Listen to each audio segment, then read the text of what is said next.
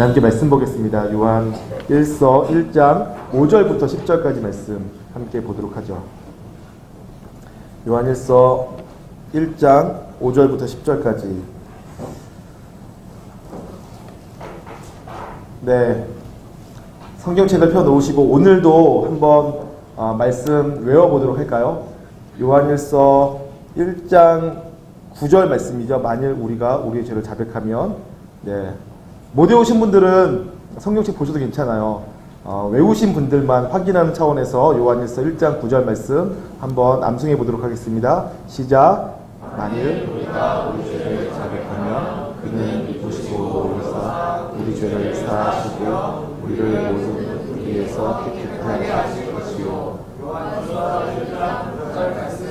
아멘. 네, 감사하게도 점점점 외우시는 분들이 늘어나고 있는 것 같네요. 네, 감사합니다.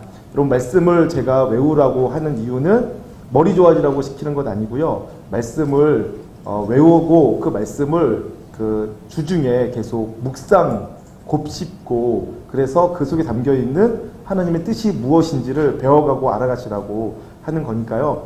말씀을 오늘 저녁에 외우시는 거예요. 오늘 말씀 카드 가져가시면 오늘 저녁에 10번이고 20번이고 읽고 쓰고 하셔서 오늘 외우시고 내일부터는 말씀 카드는 지갑에 넣고 그 다음에 꺼내보지 않은 채로 틈틈이 그 말씀을 외웠던 말씀을 떠올려 보는 거죠. 떠올려 보면서 그 말씀 속에서 하나님께서 내게 무엇을 말씀하시는지 들어보고 그 말씀이 무슨 뜻인지 하나님께 질문해 보는 거예요. 이 말이 무슨 뜻인가? 이 말씀을 내게 왜 하셨는가?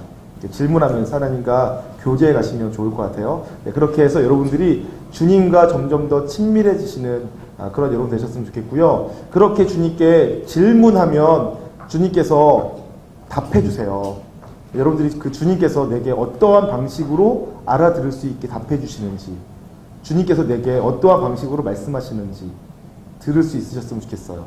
나는 주님께서 어떻게 말씀하시는 걸 잘 알아듣는지 이런 것들을 좀 배워가시면 좋을 것 같습니다. 자, 요한일서 1장 오늘은 5절부터 10절까지 말씀 같이 보도록 할게요. 저와 여러분이 요한일서 1장 5절부터 10절까지 말씀을 교독으로 보고 마지막 절 합독하겠습니다. 우리가 그에게서 듣고 너희에게 전하는 소식은 이것이니 곧 하나님은 빛이시라 그에게는 어둠이 조금도 없으시다는 것이니라.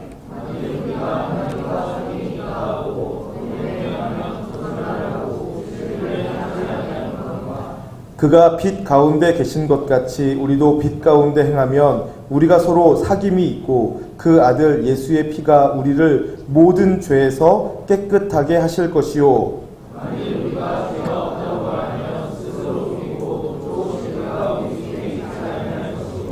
만일 우리가 우리 죄를 자백하면 그는 미쁘시고 의로우사 우리 죄를 사하시며 우리를 모든 불의에서 깨끗하게 하실 것이요. 만일 우리가 범죄하지 아니하였다 하면 하나님을 거짓말하는 이로 만드는 것이니 또한 그의 말씀이 우리 속에 있지 아니하니라. 아멘. 네, 이 말씀을 중심으로 우리가 사제의 확신이라는 제목의 말씀을 나누고자 합니다. 여러분, 저희는 지금 1월 첫째 주를 제외한 둘째 주부터 그리스도인이 가져야 할 5가지 확신 시리즈의 설교를 듣고 있어요. 주제 설교죠. 그리스도인이 꼭 믿어야 되는, 믿고 확신하며 그 확신 가운데 살아야만 되는 5가지 주제가 있어요. 첫 번째가 구원의 확신. 두 번째가 우리가 기도하면 기도를 하나님이 들으시고 응답하신다라는 기도 응답의 확신을 공부했어요. 셋째 주, 지난주에 뭘 공부했죠? 승리의 확신. 하나님은 우리가 감당할 만한 시험만 주세요. 그리고 감당치 못할 즈음에는 피할 길을 주신다고 하시는 거예요. 그래서 우리로 하여금 이기게 하세요. 그 말은 하나님께서 여러분에게 어떤 고난을 줄 때 그러한 확신이 있으면 하나님 내게 왜 이렇게 큰 고난, 어려움 주시는 거예요? 라고 따지고 묻고 슬퍼하고 어둠 속에 처박혀 있는 것이 아니라 내게 큰 고난이 오고 마치 큰 절벽 같은 상황을 만나게 되면 이것도 내가 감당할 만한 시험이겠구나. 나는 내가 이렇게 큰 어려움도 감당할 만큼 큰 사람인지 몰랐는데 이렇게 큰 시험이 있는 걸 보니까 하나님은 나를 정말 크게 보시는구나. 아니, 실제 나는 이러한 문제 정도도 이길 수 있는 사람이구나. 이렇게 생각하게 되는 거죠. 그래서 세계관이 바뀌고 믿음이 바뀌고 나면 현실을 인식하는 방식이 바뀌어지게 돼요. 그래서 원망하고 불평하고 짜증내면서 살아가는 것이 아니라 이것도 할 수 있단 말이야? 하면서 자기에게 놀라면서 한번 해볼까? 하고 도전할 수 있게 되는 거죠. 승리의 확신을 가지면 삶의 태도가 그렇게 바뀌어지게 되는 거예요. 자, 오늘은 네 번째로 사제의 확신을 공부하게 될 거고요. 다음 주에는 인도의 확신을 공부하게 될 거예요. 오늘 나가는 말씀 카드는 인도의 확신. 하나님께서 우리 삶을 매 순간 인도하고 계신다라는 것을 우리가 확신하고 살아야 돼요. 그러면 우리 삶의 태도가 바뀌어져서 우리 삶이 훨씬 더 풍성해지고 하나님과 더 깊은 관계를 맺을 수 있게 되어져요. 그리고 오늘 우리가 공부하는 네 번째 확신 시리즈 사제의 확신은 그 모든 것들에 대해서 또 기본이 되어지는 중요한 내용이니까 여러분 잘 들으시고 또 메모도 하시고 잘 계속해서 묵상해 보시기를 부탁을 드립니다. 여러분 지금부터 우리가 나누게 될 문제는 죄와 관련되어진 문제인데요. 우리 인생에게 생겨진 모든 비극, 모든 비참한, 모든 슬픔, 괴로움, 아픔들은 다 죄 때문입니다. 죄가 이 땅 가운데 찾아왔기 때문에 우리 인생 가운데 비참한 상황이 시작되었어요. 고통이 시작되었단 말이죠. 원래 하나님께서 우리를 창조하실 때 지금처럼 우리가 고통당하고 아파하고 슬퍼하며 비참한 상황 가운데 있도록 창조하지 않으셨어요. 하나님께서 우리를 창조하실 때에는 우리가 다 누구나 할 것 없이 행복한 삶을 살도록 창조하셨단 말이죠. 보시기에 힘이 좋은 존재로 만드셨고요. 그 사람을 에덴 동산을 만들어 놓고 에덴 동산에서 자유롭게 마음껏 즐기며 행복하게 만족한 삶을 살도록 우리를 창조하셨어요. 그런데 그러한 행복, 그러한 만족감, 그러한 기쁨이 언제부터 상실되기 시작했죠? 죄가 들어올 때부터 시작되었습니다. 죄가 이 땅에 들어오기 시작하면서 우리는 세 가지 영역에서 문제가 생기기 시작했어요. 첫 번째가 뭘까요? 하나님과의 관계에 문제가 생겼죠. 두 번째는 뭘까요? 나 자신과의 관계에 문제가 생겼어요. 세 번째는 이웃과의 관계에 문제가 생겼어요. 그래서 우리 안에는 행복이 깨지기 시작한 거예요. 첫 번째로는 하나님과의 관계에 문제가 생겼죠. 그래서 여러분 우리 원시 원 역사를 다루고 있는 창세기 3장에서 하나님께서 선악과를 따먹지 말아라. 선악과를 따먹으면 정령 죽을 것이다 라고 했는데 사람이 그만 선악과를 따먹었어요. 그렇게 되면서 제일 첫 번째는 뭐가 이루어지죠? 사람이 죽게 되는 거예요. 육체가 죽은 게 아니고요. 하나님과의 관계가 죽어요. 하나님과 관계를 맺고 살 수 있는데 영이 죽었단 말이죠. 우리 영의 기능. 우리 영은 여러분도 여러분 안에 영이 있어요. 그런데 그 영을 여러분이 만지고 보고 느낄 수 없죠. 그 영은 만져지거나 느껴지거나 보여지는 게 아니에요. 그러나 우리 안에 있는 영은 하나님과 소통하게 해요. 하나님과 교제하게 한다고요. 그런데 그 영이 죽었어요. 그리고 그 영이 죽음으로 우리의 육체도 언젠가 죽게 되죠. 본래 흙이었으니 흙으로 돌아가는 거예요. 그러면서 하나님과의 관계를 맺을 수 있는, 하나님의 사랑을 경험하고 하나님의 돌보심을 경험할 수 있는 그러한 우리의 영의 죽음으로 하나님과 관계가 단절되었어요. 동시에 자기 자신과의 관계에도 문제가 생겼고, 그것은 나 자신과의 관계에 문제가 생긴 것은 하나님과 이웃과의 관계에도 계속해서 영향을 끼치게 되는데, 창세기 3장에 보니까 선악과를 따먹은 다음에 사람이 하나님을 두려워해서 피해 숨죠. 또 자기의 눈이 밝아져 자기가 벗은 줄 알고 부끄러워 가리게 되어지죠. 자기가 자기 자신을 부끄러워해요. 내가 나를 부끄러워해요. 내가 나를 수치스럽게 생각해요. 내가 나를 사랑하지 못하는 거죠.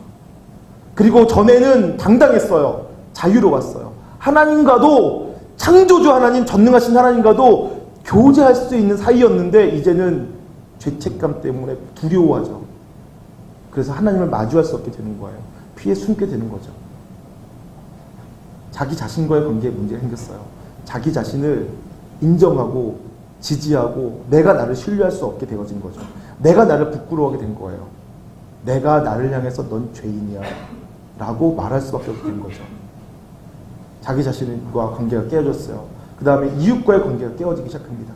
그래서 하나님으로부터 받아야 될 사랑을 받지 못하고 경험하지 못하고, 하나님으로부터 받아야 될 인정을 받지 못하고, 하나님께서 제공해 주시는 돌봄을 받지 못하게 되고, 자기가 땀을 흘려 노동해야지만 근근히 살아갈 수 있는 형편이 되어지자 사람은 그때부터 우리 안에 갈증, 굶주림이 생기게 되었죠. 사랑받고 싶어하고 인정받고 싶어하고 돌봄받고 싶어하는 것. 그리고 계속 말하지만 하나님의 왕되심이 경험되어지 않기 때문에 그러면 하나님의 왕되심을 인정하지 않으면 그럼 우리 가운데서는 누가 우리를 다스리느냐, 누가 왕이 될 것이냐 하는 문제가 대두되기 시작했고, 그래서 힘 있는 놈이 왕이 돼가지고 힘 없는 사람을 압제해서 빼앗는 그러한 세상이 되어버린 거죠. 이웃과의 관계에 문제가 생겼어요. 그 대표적인 예가 그래서 가인과 아벨이라고요. 가인과 아벨이 제사를 드렸어요. 근데 하나님께서 가인과 가인의 제물은 받지 않으시고 아벨과 아벨의 제물은 받으셨어요. 여러분 그럴 수 있어요. 가인과 가인의 제물을 하나님께서 받으실 때 가인에게 뭐가 문제가 있었는지 안 받으셨단 말이에요. 근데 안 받으신 거지 하나님께서 가인에게 이 녀석 나가 죽어라 하고 책망하신 것 아니고요. 가인에게서 뭔가를 빼앗은 것 아니고요. 가인을 가둬둔 것 아니에요. 그냥 안 받으셨어요. 문제가 있으니까.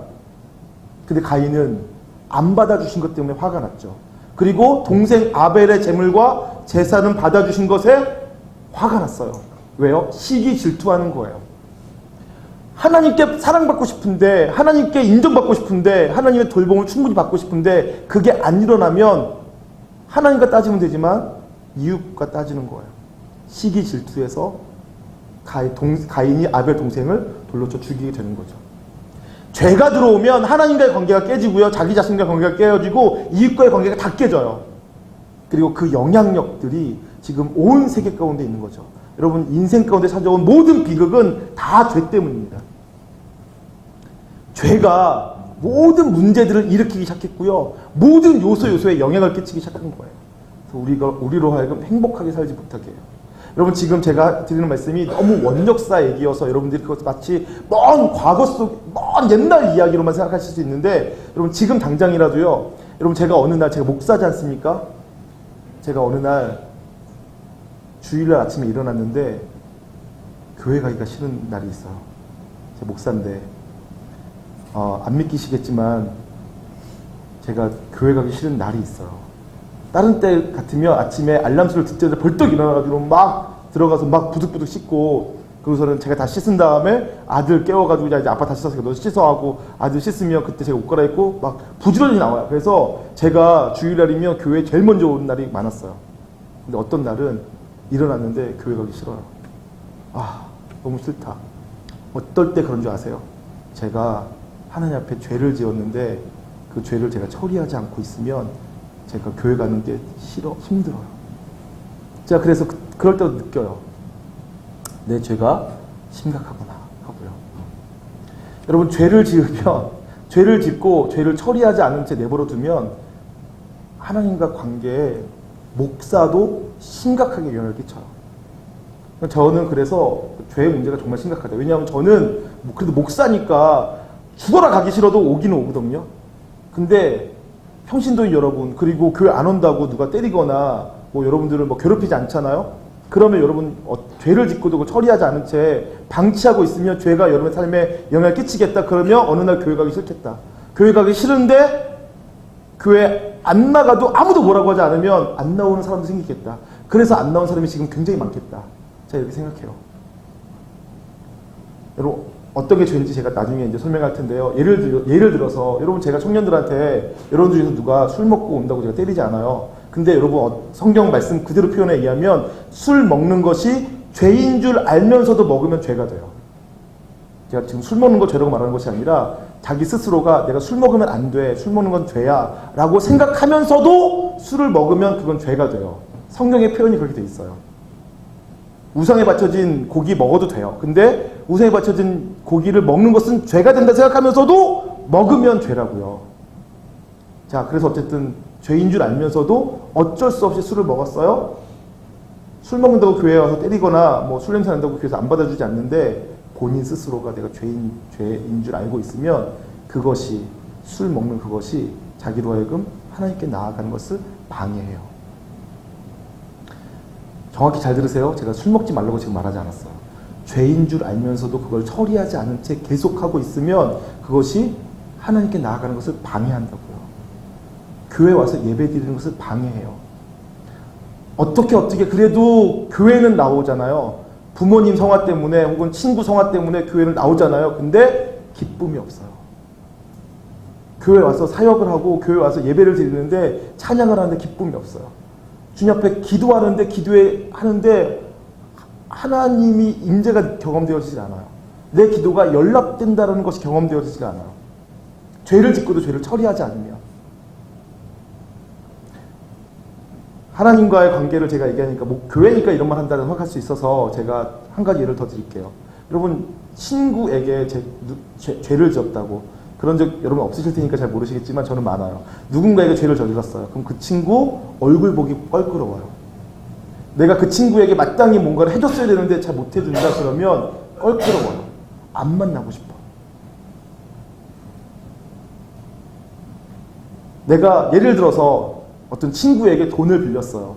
뭐 조금 크게 불러서 여러분 수준에서 크게 불러서 100만 원을 빌렸다고 칩시다. 근데 못 갚았어. 그런데 동창회를 한대. 동창회 나가고 싶을까 안 나가고 싶을까요? 못 갚으면 안 나가. 못 나가는 거죠.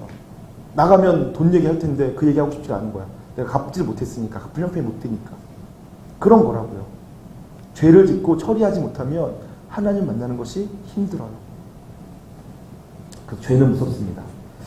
자, 그래서 죄는 인생의 비극을 가져오게 된 문제고요. 원인이고 출발점이고, 죄는 하나님과의 관계를 단절시키고 자기 자신과의 관계를 단절시키고 이웃과의 관계를 단절시켜요. 힘들게 하죠. 그렇다면 그 죄란 무엇일까요? 여러분, 죄란 무엇인가? 첫 번째는 하지 말아야 할 것을 하는 게 죄죠. 하지 말아야 돼요. 하나님께서 하지 말라고 했어요. 살인하지 말라, 간음하지 말라, 도둑질하지 말라, 내 이웃을 해라고, 거짓 증거하지 말라 하고 하지 말라고 하신 것이 있었는데, 내가 그걸 알고 있는데, 하면 안 되는 줄 알고 있는데 한다. 죄라고요. 또한 해야 하는데 하지 않는 것도 죄예요. 하나님께서 사랑해라, 용서해라, 네가 먼저 손 내밀어라, 겸손해라 라고 말씀하신 걸 내가 알고 있어요. 그러면서 내가 쟤를 사랑해야 하는데 라고 하면서도 사랑하지 않고 있어요. 그러면 죄라고요. 해야 하는 줄 알고 하나님께서 하라고 하셨음에도 불구하고 하지 않는 것, 그것이 죄가 돼요. 세 번째는요, 사실은 나는 내 본성 자체가 죄인이기 때문에 내가 내 마음대로 하는 것 모두가 다 죄예요. 여러분들은 다 지금 죄를 먹고 마시는 거예요. 여러분들이 살고 있는 삶, 내가 하고 있는 모든 것들이 사실은 다 죄예요. 그런데 그러니까 아무도 죄에서 벗어날 길이 없죠. 로마서의 표현에 의하면 그런 거예요. 아무도 죄인됨에서 벗어날 길이 없어요. 모든 사람이 다 죄를 지었고요. 그래서 아무도 하나님 영광을 이룰 수가 없어요. 근데 더 심각한 것은 뭐냐면, 더 심각하다기보다 더 깊이 들어가면, 제가 청년부에서는 자주 얘기했는데요. 로마서에서 말하는 죄란 헬라어로 하마르티아예요. 그 하마르티아는 원래 뜻 그대로 하면 화살을 쏠 때 관역을 만들어 놓고 관역을 향해서 화살을 쐈는데 그 화살이 관역에서 벗어났을 때, 목표에서 벗어났을 때 하마르티아 됐다라고 얘기해요. 그런데 그것은 두 가지 의미를 가지고 있어요. 첫 번째는 신분, 예전에 귀족과 노예가 있을 때 귀족이 어떠한 결정적 실수를 해요. 그래서 노예의 신분으로 떨어졌단 말이에요. 신분을 잃게 만드는 어떤 결정적 실수를 했을 때 그것을 하마르티아라고 불러요.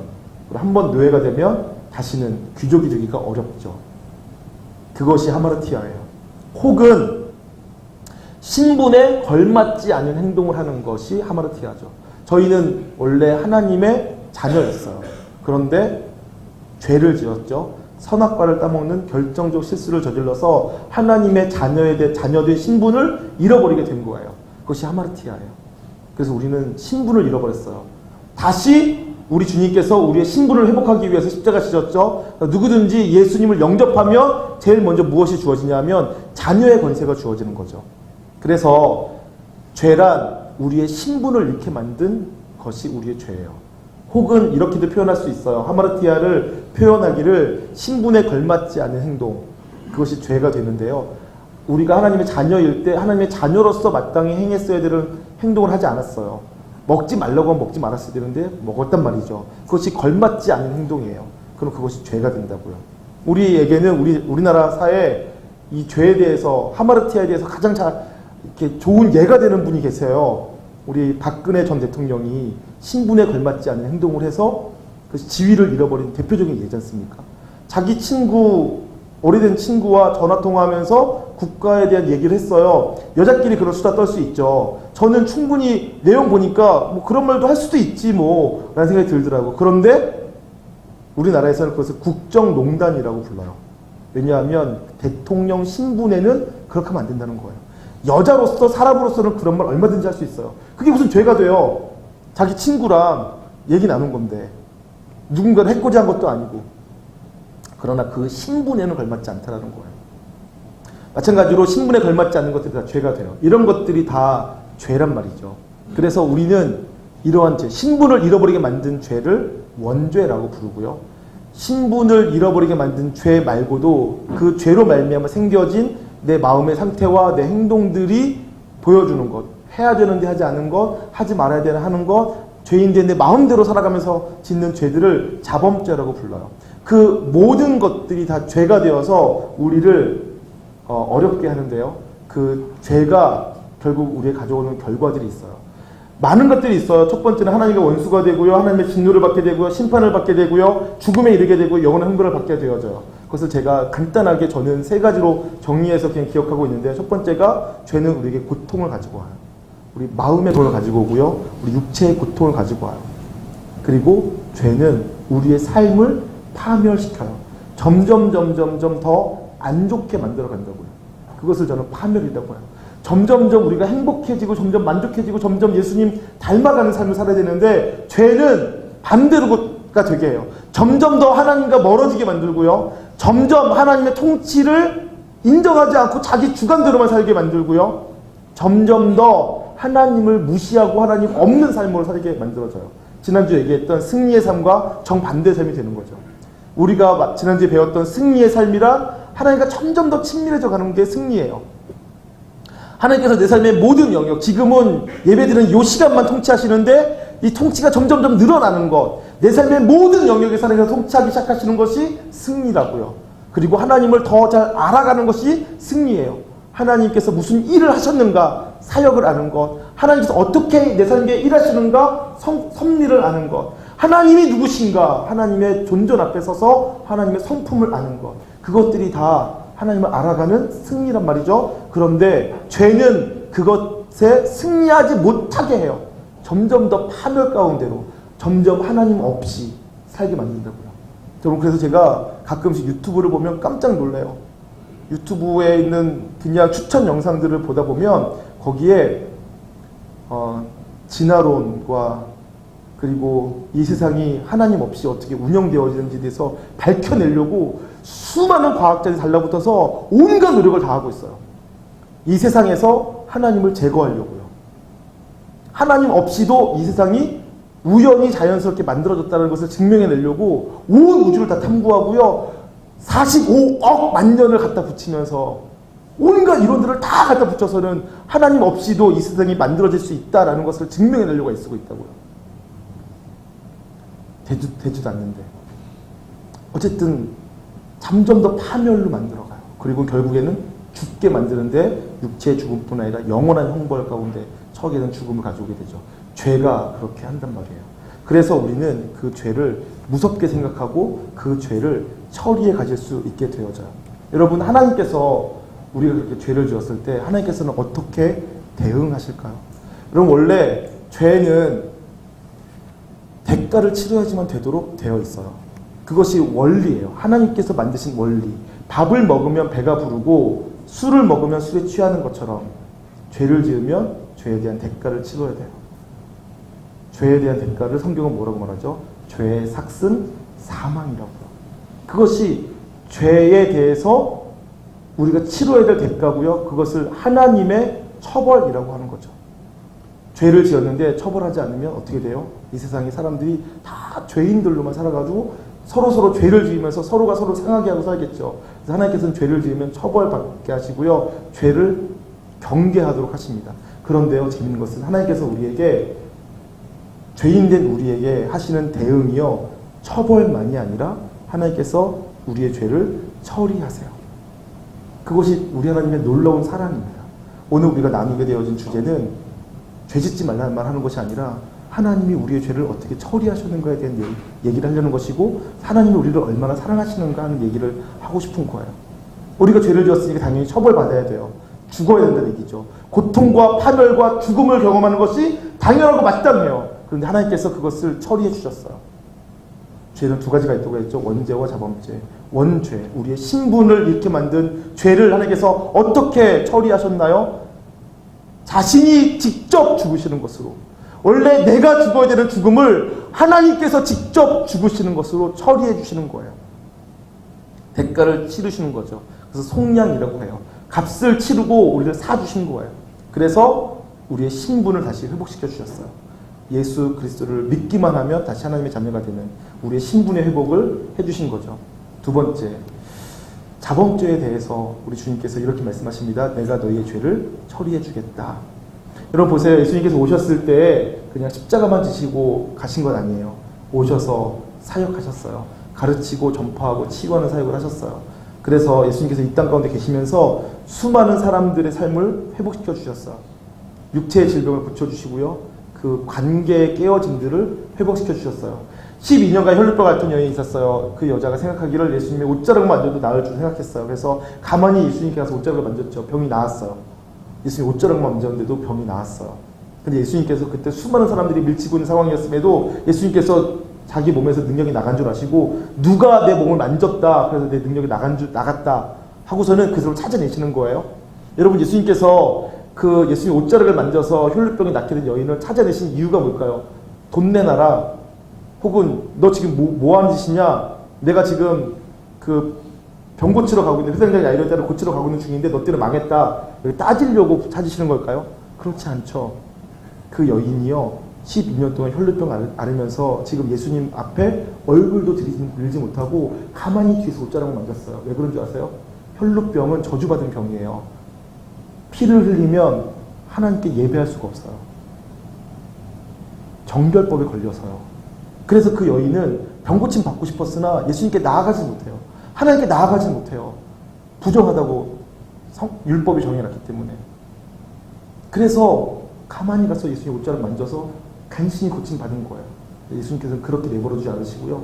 그 여인을 온전히 회복시켜 주시려고 하신다고요. 그래서 여자를 기어이 발견하고 찾아내서는 여자야 안심하라, 너의 믿음이 너를 구원하였다 하고 평안히 돌려보내주십니다. 그것이 우리 주님의 사랑이에요. 우리 주님께서는 우리의 원죄 문제만 처리해 주시고, 우리가 짓는 자범죄 문제들은 그냥 알아서 해 라고 내버려 두시는 분이 아니시고요. 우리 자범죄 문제도 다 처리해 주세요. 예수님께서 우리에게 보여주신 아주 아름다운 본이 있어요.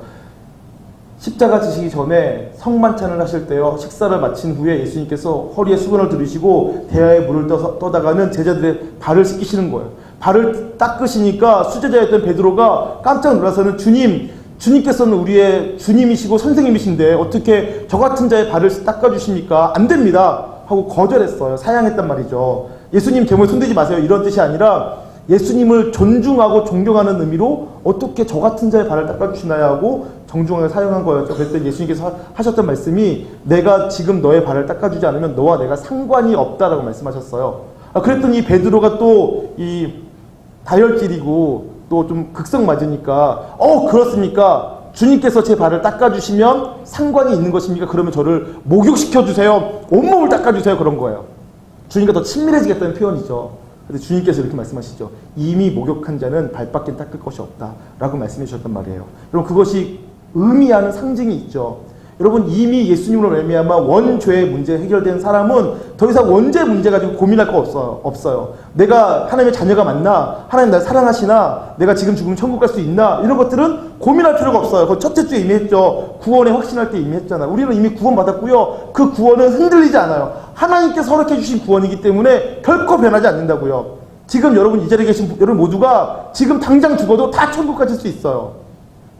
그것은 우리가 확신하는 거죠. 그러나 그래서 원죄의 문제, 그것은 고민할 필요가 없는데 자범죄의 문제는 해결해야 돼요.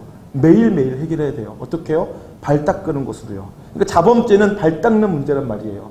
매일 더러워지니까 매일 닦아야 돼요. 여러분, 그런데 그 발을 누가 닦아주셨죠? 주님께서 닦아주신다고요. 우리의 죄, 내가 저지른 자범죄도 주님께서 처리해 주세요. 그것을 믿으시길 소망합니다. 그것을 믿고 알고 살아가는 것이 사죄의 확신이에요. 내가 죄를 지으면 우리 주님께서 내 원죄 문제뿐 아니라 자범죄 문제도 처리해 주시는 분이시고 그것을 위해서 이 땅에 오셨다. 내가 무슨 죄를 저지르든 주님께 가지고 나오면 주님께서는 사랑으로 용서해 주신다라는 것을 믿는 것이 사죄의 확신이라는 얘기죠. 여러분, 그래서 그렇다면 우리가 어떻게 그 죄를 처리하는가, 자범죄의 문제를 어떻게 주님 앞에 가지고 나서 처리하는가 하는 것 한번 살펴보도록 할 텐데요. 오늘 말씀에 의하니까 요한일서 1장에 자기가 죄인됨을 인정하라라고 되어 있어요. 우리 한번 볼까요? 8절입니다. 만일 우리가 죄가 없다고 말하면 스스로 속이고 또 진리가 우리 속에 있지 아니할 것이요 라고 되어 있죠. 그러니까 우리가 나는 죄가 없어 라고 말하면 스스로 속이는 것이래요. 진리가 우리 안에 있는 것이 아니라고 하고요. 그러니까 우리는 내가 죄인인 것을 인정하실 수 있으셔야 돼요. 또 10절에서 만일 우리가 범죄하지 아니하였다 하면 하나님을 거짓말하는 이로 만드는 것이니 또한 그의 말씀이 우리 속에 있지 아니한다 그러죠. 그러니까 첫 번째 우리가 하나님께 나가 우리의 죄를 씻음받고 용서받고 처리받으려면 자기가 죄인인 것이 먼저 인정되어져야 돼요. 내가 죄인인 줄 알아야지 주님께 가서 씻겨달라고 하죠. 내가 죄인인 줄 알아야지 용서해 주십시오라고 얘기하죠. 그래서 자기가 죄인인 줄을 먼저 깨달아야 돼요. 나는 죄인이다. 더 나아가서 나는 죄를 안 지을 수 없는 연약한 죄인이다. 라고 인정하셔야 돼요. 그리고 모든 사람은 죄를 안 짓고 살 수 있을 만큼 완벽한 사람이 없다. 라는 것을 빨리 깨달으셔야 돼요. 그리고 나와 이 땅에 살고 있는 모든 사람들은 다 죄인이어서 다 주님의 용서의 은혜가 필요하다라는 것을 믿고 사셔야 돼요. 그래서 나와 모든 사람들이 날마다 주님께 나아가 사죄의 은총을 받으며 살 수 있도록 도우셨으면 좋겠습니다. 여러분, 그런데 많은 사람들이 나는 죄인 줄 모르겠다. 나는 원죄 얘기를 꺼낸다면 논리적인 거니까 죄 없다고 할 수 없겠으나 실제로 나는 죄진 적이 없다. 남에게 해끼친 적 없고 법을 어긴 적이 없다. 이렇게 말씀하시는 분이 혹 계시더라고요. 근데 실제로 그렇지 않습니다. 모든 사람이 다 정말 죄인이에요. 그렇게 말하면 다 스스로를 속이는 거죠. 여러분들 스스로를 속인다에 대해서 잘 묵상해 보십시오. 아마 여러분들도 아시는 분 다 아실 거예요. 죄인인데도 사람들에게는 죄인 아닌 척하고 살아오다 보니까 자기가 자기 자신이 죄가 없는 줄 알고 자기가 깨끗한 줄 알고 살아가는 사람들이 있어요. 자기가 자기 자신을 속이는 거예요. 저도 말씀드린 적이 있었는데 고등학교 2학년 때인가 하나님께 3시간 기도하라고 해가지고 1시간은 회개 기도하고 1시간은 자기 필요를 구하라고 하고 1시간 중보 기도하라고 해가지고 제가 기도하는데 한 2-3일 동안에는 엎드려서 기도하는데 죄가 생각이 안 나더라고요. 내가 무슨 죄를 저질렀는지 생각이 안 나요. 이제 한 3일쯤 지나니까 그때부터 죄가 떠오르기 시작했어요. 내가 감춰뒀던 죄악들 있어요. 제가 이런 얘기를 할 때마다 쓰는 비유인데요. 제가 2000년부터 2004년까지 용인에 있는 용인제일교회에서 사역을 했어요. 그때 제가 청년부를 담당할 때 청년부가 마침 또 잘 부흥했어요. 제가 부흥하니까 또 교만해져가지고 어색해가지고 교회에다가 요청을 했어요. 청년부 부흥했으니까 그 청년부실 하나 달라고. 청년부실 달라고 요청하니까 교회에서 청년부실을 줬는데 어디를 줬냐 하면 교회 지하에 창고가 하나 있었는데 그 창고를 우리 보러 청년들 보러 치우고 정리하고 쓰라는 거예요. 그래서 저희가 창고에 가가지고 버릴 걸 버리고 쓸만한 것들 한쪽 구석에 다 몰아놓은 다음에 커튼 치고 거기다가 책상 놓고 커피포트 놓고 커피도 갖다 놓고 그리고 이렇게 회의 테이블 갖다 놓고 그렇게 저희가 지냈어요. 굉장히 좋아했죠. 거기서 지내다가 거기서 이제 틈마다 가가지고 내려가서는 커피도 마시고 대화도 하고 지냈는데 어느 날 제가 그 회의를 하기 위해서 임원들과 함께 그 회의 테이블 긴 테이블에다가 빔 프로젝트를 갖다 놨어요. 그리고선 스크린 갖다 놓고선 제가 이제 설명하려고 빔 프로젝트를 딱 켰어요. 그랬더니 회의 테이블에 앉아있던 긴 테이블에 앉아있던 애들이 다 우! 하고 뒤로 입을 가리면서 뒤로 빼는 거예요. 왜 그랬냐면 빔 프로젝트에 밝은 빛이 딱 비치니까 그 빛의 모양 그대로 해가지고 그 빛에 먼지가 드러나는 거예요. 사실 그 지하에는요 먼지가 디글디글했어요. 근데 어두워가지고 우리 눈에 안 보였던 거죠. 근데 빔 프로젝트 빛이 비춰지니까 그 먼지가 눈에 보이는 거예요. 여러분 지금 이 공간에도 얼마나 많은 먼지가 있겠어요? 우리 눈에 안 보이니까 우리는 마음껏 숨 쉬잖아요. 그 먼지가 보이기 시작할 때 우리가 손을 가릴 수밖에 없을 거예요. 여러분과 저는 엄청난 죄인들이에요. 근데 죄인인 줄 잘 모르죠. 하나님 앞에 서기 전에는 잘 몰라요. 하나님의 진리의 빛 앞에 서기 전에는 내가 얼마나 큰 죄인인지 몰라요. 하나님의 광대하심 앞에 서보지 않으면 내가 그동안 해왔던 모든 말들이 얼마나 엄청난 교만이었는지를 모른다고요. 내가 내 마음대로 산 것 같은데 다 하나님께서 하셨거든요. 하나님 앞에 서보면 하나님의 존전 앞에 서서 하나님의 인재를 경험하게 되면요, 서 있을 사람이 없어. 그렇게 해본 적이 없으니까 자기가 잘난 줄 알고 사는 거죠. 자기가 다 했다고 생각하고요, 자기가 옳다고 생각하는 거예요. 하나님께서 다 해주셨는데, 마치 어린애들이 부모님 없어도 살 것처럼 생각하는 거랑 똑같은 거예요. 그래서 베드로가 그러지 않습니까? 예수님께서 깊은 데로 가서 금을 던져라 그랬더니 베드로가, 내가 밤이 와도록 수고하였지만 선생님 말씀 듣고 한 번 더 해보겠습니다 할 때는 베드로가 예수님 위에 주는 척하면서 한 거예요. 밤이 맞도록 수고하였지만 한 마리도 못 잡았습니다. 내가 지금 예수님 설교하시는 동안 내가 금을 다 씻었는데 예수님 말씀, 선생님 말씀이니까 내가 한번 따라주죠 뭐 하고서는, 그거 따르고 나면 또 뭐 하겠다는, 금을 또 씻어야 되는데 불편함 감수해 주겠다, 이런 표현으로 한 거예요. 깊은 데로 금을 던졌어요. 그런데 무슨 일이 벌어졌습니까? 그물이 찢어질 정도로 고기가 잡혔어요. 베드로가 그때 느꼈어요. 이 낮에 갈릴리 바다 깊은 데서는 원래 이 그물로는 고기가 잡히지 않는 게 정상인데 잡혔단 말이죠. 비상식적인 일이 벌어졌고요, 초월적인 일이 벌어진 거예요. 그때 베드로가 알았죠. 이분이 바로 하나님이시구나. 그것을 안 순간 베드로가 뭐라고 말합니까? 주여 나를 떠나소서, 나는 죄인이로소이다. 이렇게 고백하게 된다고요. 하나님을 만나면 자기가 죄인인 걸 알아요. 하나님을 경험하기 전에는 자기가 하나님 유해 준다고 생각하고요, 자기가 제법 잘 살았다고 생각해요. 나는 제법 괜찮은 인생이라고 생각한다고요. 그래서 하나님 앞에 회개할 게 없고요, 하나님 없어도 괜찮은 줄 알고 살아가죠. 근데 하나님 앞에 서게 되고 하나님을 만나게 되어지면, 하나님의 광대하심 앞에 서게 되어지면 내가 얼마나 초라하고 비참하고 부족하고 연약한 존재인지가 경험되어지고요. 그러면 엎드릴 수밖에 없어요. 단 한순간도 주의 은혜가 없이는 살 수 없구나 라는 것들이 절절하게 느껴지고요. 내 모든 시간 순간순간들이 다 하나님의 도우심의 손길이었구나.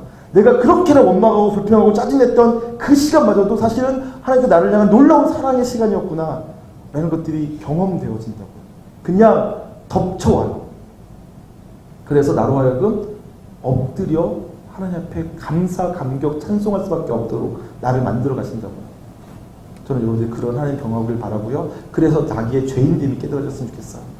하나님의 진리의 빛이 비춰져 내가 얼마나 큰 죄인인지를 깨닫고, 이 죄인된 나를 사랑해 주시는 하나님께 나아가 찬송과 영광을 돌려드리는 복된 인생 되시기를 주님의 이름으로 축원합니다.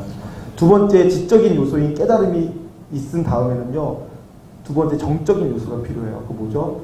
내 죄가 얼마나 심각한지에 대해서 아파하는 거예요. 슬퍼하는 거죠.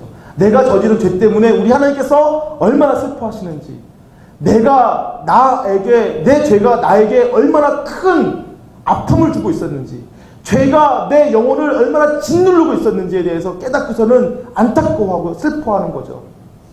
죄가 지금 내 인생을 망치고 있음에 대해서 경험하고서는 슬퍼해야 돼요. 그리고 내 죄가 이웃과 친구와 공동체들에게 해를 끼쳤음에 대해서 슬퍼하셔야 돼요.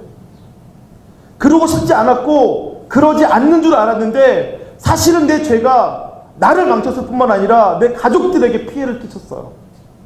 내 친구들의 마음을 아프게 했고요, 우리 공동체에게 내가 악영향을 끼친 적이 있어요. 실족시킨 적이 있다고요. 그것에 대해서 슬퍼하셔야 돼요. 아파하셔야 돼요. 내가 그러지 말아야지라고 하는 간절함이 있으셔야 돼요. 정적인 요소죠.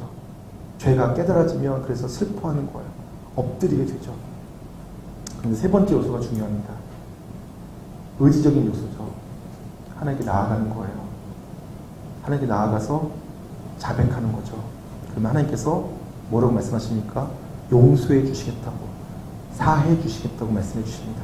9절 같이 한번 읽어보죠. 만일, 같이 읽겠습니다. 시작. 만일 우리가 우리 죄를 자백하면 미쁘시고 의로우사 우리 죄를 사하시며 우리를 모든 불의에서 깨끗하게 하실 것이요 우리가 우리 죄를 하나님 앞에 나아가 자백하면 우리 하나님은 미쁘시고 의로우사 우리를 모든 죄에서 사하시고 불의에서 깨끗하게 해주세요.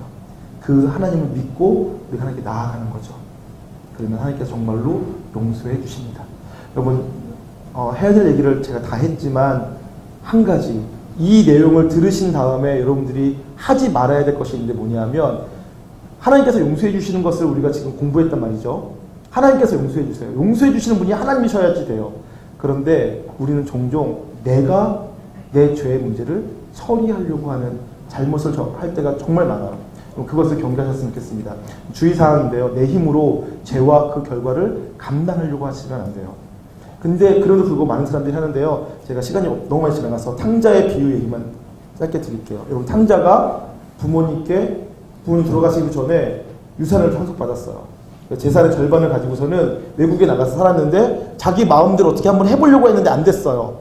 그래서 쫄딱 망했죠. 그리고 기근까지 들어서 그가 먹고 살 길이 없으니까 돼지 치는 사람한테 가가지고 돼지가 먹는 쥐염 열매라도 먹으려고 했는데 먹을 수가 없었어요.